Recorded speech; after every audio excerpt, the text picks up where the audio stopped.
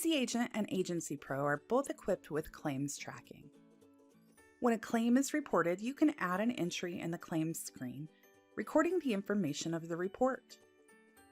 Through the claims cycle, the same record can be edited to include the ongoing details and progress of the claim.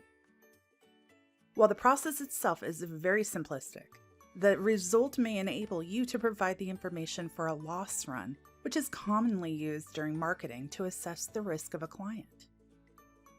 Occasionally, one of your commercial insureds may request a loss run report, which is a look back at their claims history over the last 5 years. If you are tracking your claims here, you can run a report on the customer's claims to give you the information needed for loss runs.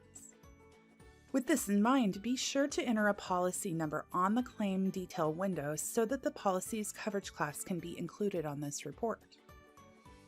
Recently, many carriers began sending claims by download.